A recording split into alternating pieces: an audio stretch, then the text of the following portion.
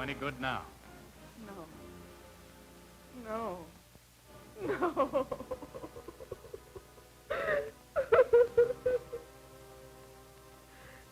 Victim male, age about 35, hair brown, eyes blue. Those are the cold, impersonal statistics set down in the police records, the official summing up of the sudden tragedy that struck just outside Medford village last night. But the causes of tragedies are seldom sudden. They grow out of human frailties, and this case was no exception. Because I believe this story of death by violence is one of widespread interest, I'm going to turn back the pages of the calendar for a few days and introduce you to some of the principals in it. This is the house that Hal Johnson built about 10 years ago in Medford. It's just like thousands of other suburban houses, but it's home, and a happy one, to Ellen Johnson and Harold Jr. and little Barbara Ann and Hal Johnson, the Lord and Master. It doesn't just happen to be a happy home.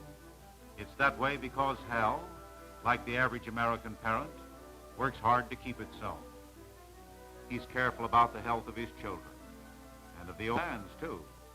It's not smart to have the breadwinner come down sick.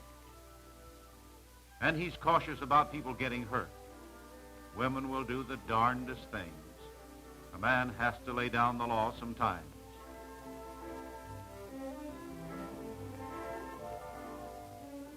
But it's that growing boy that really keeps him hopping. Of course, you have to give a boy knives and tools, but you don't want him to cut an arm off. That knife is for fun, son, but you have to respect it. Always carve away from you. It's dangerous unless used properly.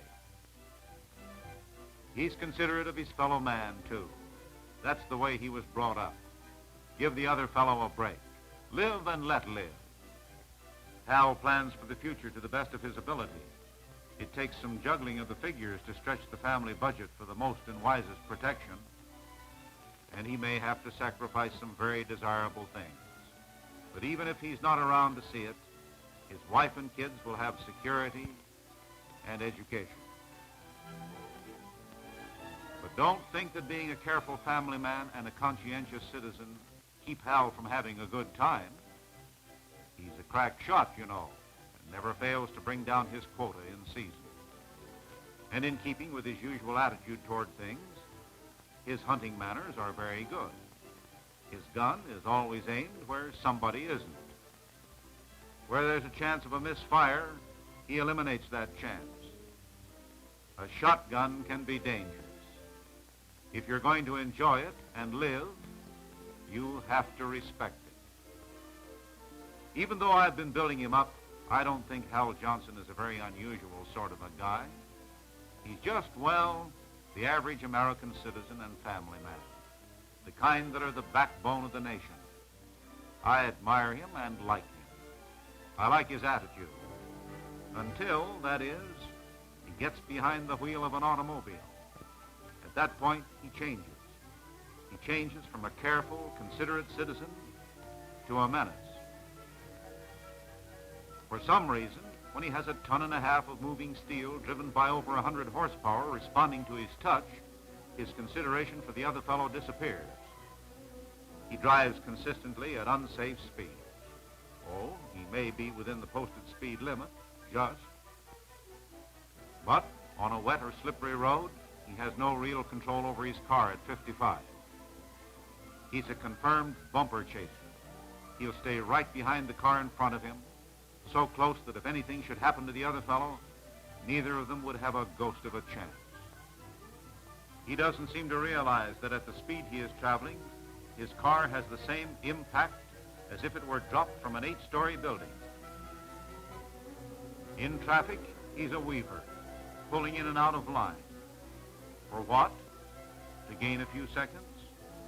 Or maybe to get a little thrill out of what he considers his driving skill and judgment? That little thrill is going to be purchased dearly one day at the price of torn, mutilated bodies and tragic, heartbroken families. That inevitable day when he doesn't quite make it back to the right lane in time. I said that Hal Johnson was an average American citizen. Well, the tragic part of it is that he's an average American driver, too. He would be righteously indignant if you told him that he was a dangerous driver. Why, he's been driving for 15 years and never had a bad accident. He would tell you that accidents are caused by drunken drivers or teenagers, always the other fellow. Of course, such offenders do take their toll. But the inescapable fact is that 85% of fatal automobile accidents are caused by the average driver. Solid citizens, nice people like Hal Johnson, like most of you in the audience. Last year, 32,000 of our fellow citizens, men, women, and children, met with sudden, horrible death at the hands of the careless driver. And that's not the whole story. More than 1 million were injured, many of them crippled for life in 1 year. Well, I said I was going to turn the calendar back a few days. Now I'm going to turn it forward to last night. Hal and Ellen Johnson had been to the home of friends for dinner and a few hands of bridge afterward. They left for home about 9:30. No, there wasn't any drinking, just a few Cokes, and it was still early. Nobody felt tired. There wasn't any hurry either. There was a sitter home with the children, but Hal knew the road like a book, and just from force of habit, he soon had the car rolling. They didn't think anything about it. They felt just as safe in that hurtling shell of steel as they had in their friend's living room. The family car is such a familiar thing. Just outside Medford, they overtook a truck.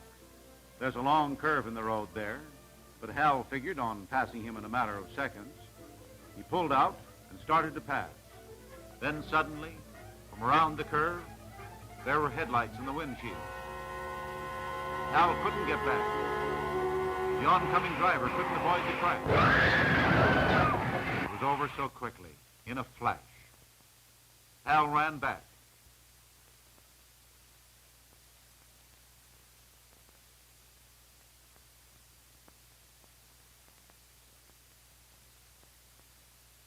He got the innocent driver, the victim, out of the wreck, still breathing. And then other cars stopped and the people came, and the state police took over. They were very calm and efficient, the police. They took care of everything. And there wasn't anything for Hal to do except to stand and wonder about the still figure under the blanket.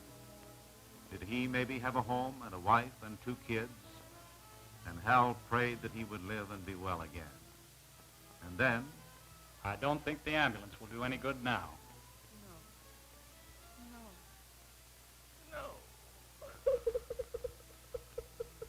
You'll have to come with me, mister.